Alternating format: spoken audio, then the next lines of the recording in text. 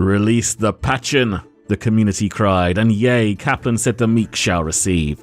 But only because they asked so nicely. Hello, Max here, and all the Ana hype and hero changes overshadowed the last couple of weeks, so it's been a little while since we visited the Blizzard forums, but we are back.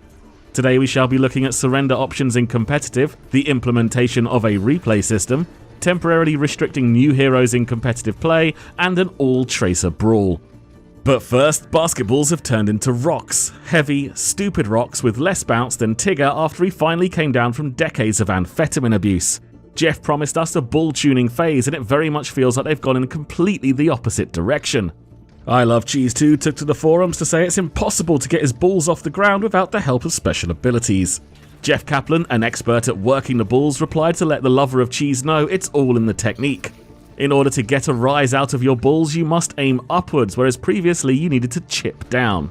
Well, like any warm-blooded human being on this giant rock we call Earth, I knew what I had to do.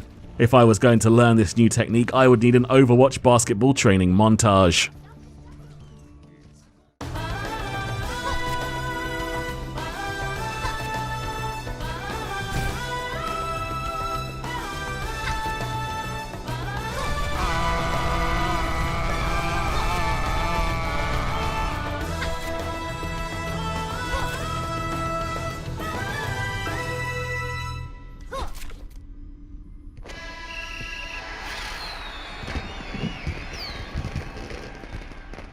Thanks, Jeff.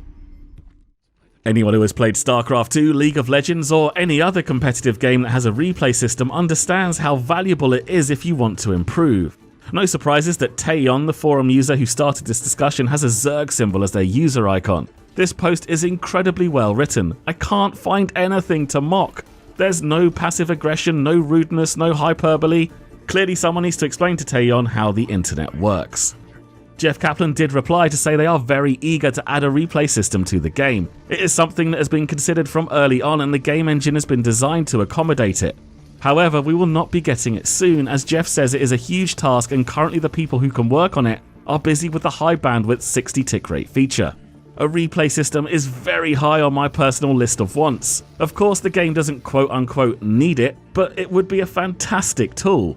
I would expect a good replay system to allow me to essentially become the spectator in a game I have already played. This would allow me to jump to the first-person perspective of any player in that game, or use an untethered camera to freely look around the map. It would bring incredible insight into what I did well and what I did poorly during a game. As a content creator, it would be invaluable. I would be able to put together compelling game edits or just highlight a tactic or team composition in fantastic detail. I'm super excited for this feature, and it cannot come quick enough. Is it more important to me than 60 tick rate across all game modes? Well, ask me next time I blink Roadhog's hook only to get pulled back through time to his fat, sweaty face. I didn't realise the Overwatch community were a bunch of white flag waving cowards. There is a thread on the forums asking for a surrender option in competitive games. Why? Why on earth would you need a surrender button in a game like Overwatch? Competitive games are on average 20 minutes long, and unlike a game like League of Legends, your enemy never has objectively more powerful heroes. It is always a level playing field, only dictated by skill, and there is always the possibility of turning it around. Unless you're 1 minute away from losing, but then you're a minute away from losing. Why do you need the surrender button? Second only to toxic behaviour, a defeatist attitude is one of my biggest complaints when playing online competitive games with random strangers. It's a form of toxicity of its own. No matter how good a player they are, if they believe they've already lost, they will not play well. I recently played a game on Numbani where we were the slight underdogs. Both teams managed to successfully push all 3 checkpoints. Admittedly, the enemy did it about 75 seconds faster, but that does mean we put up some resistance. We load into sudden death and our Zenyatta has already given up. We try to convince him we can win it, and he puts all the responsibility on us because of course there is nothing he can do to improve his play. Guess who the first death was? Now, I didn't see it, so I can only guess, but if they died to being frozen, then they played incredibly poorly and massively mispositioned. Or they died to a somewhat lucky Mei-ranged right-click. That's less bad, but it still means they positioned poorly.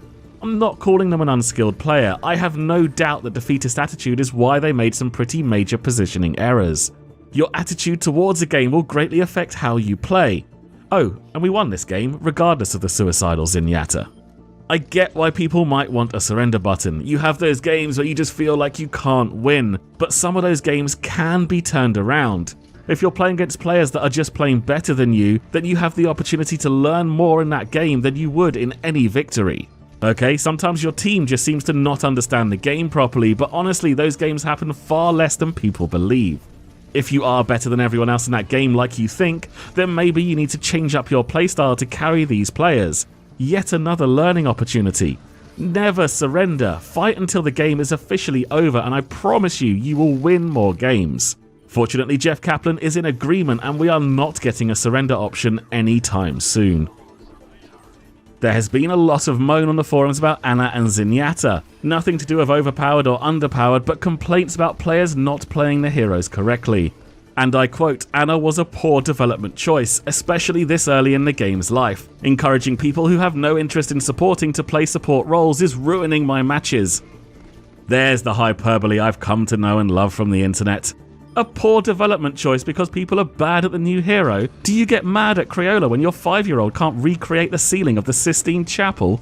Some people are even calling for hero restrictions in competitive for a period after a new character is released. Jeff replied to these concerns to say, "We still see competitive play as a work in progress. We've made many improvements and have a lot more improvements coming for Season 2. In the future we might hold back new heroes and/or balance changes for the end of the season. With 3-month seasons we're not crazy about that prospect though.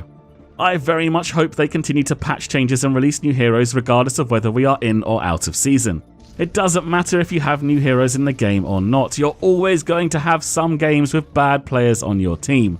Delaying new content and essential balance changes to save a few games where the new hero is the problem player on your team doesn't seem worth it to me. It will all settle down pretty quickly once everyone understands how the changes affect the way they play the game." And finally, an all-Tracer Brawl could be on the cards in the future. Jeff Kaplan said, "We did an internal experiment with all-Tracer on a custom map built for her. It was fun, maybe we'll turn it into a real thing eventually. I'm sure to some of you this sounds like hell on earth, but I would love this brawl. Tracer v Tracer is one of the most interesting matchups of skill and mind games in Overwatch. All played out on a specially designed map? Yes, please." And that about wraps up this week's Bluewatch. We should be back to a weekly release with this series going forward. Please hit that like button and subscribe for plenty more Overwatch content. You can follow me on Twitter @TotallyFutile, and there is a link in the description to the official Cynical Nerds Discord channel. If you want to support us, our Patreon campaign is in full swing on patreon.com/cynicalnerds, and we are streaming 4 nights a week on twitch.tv/cynicalnerds. Until next time, take it easy, and I'll see you soon.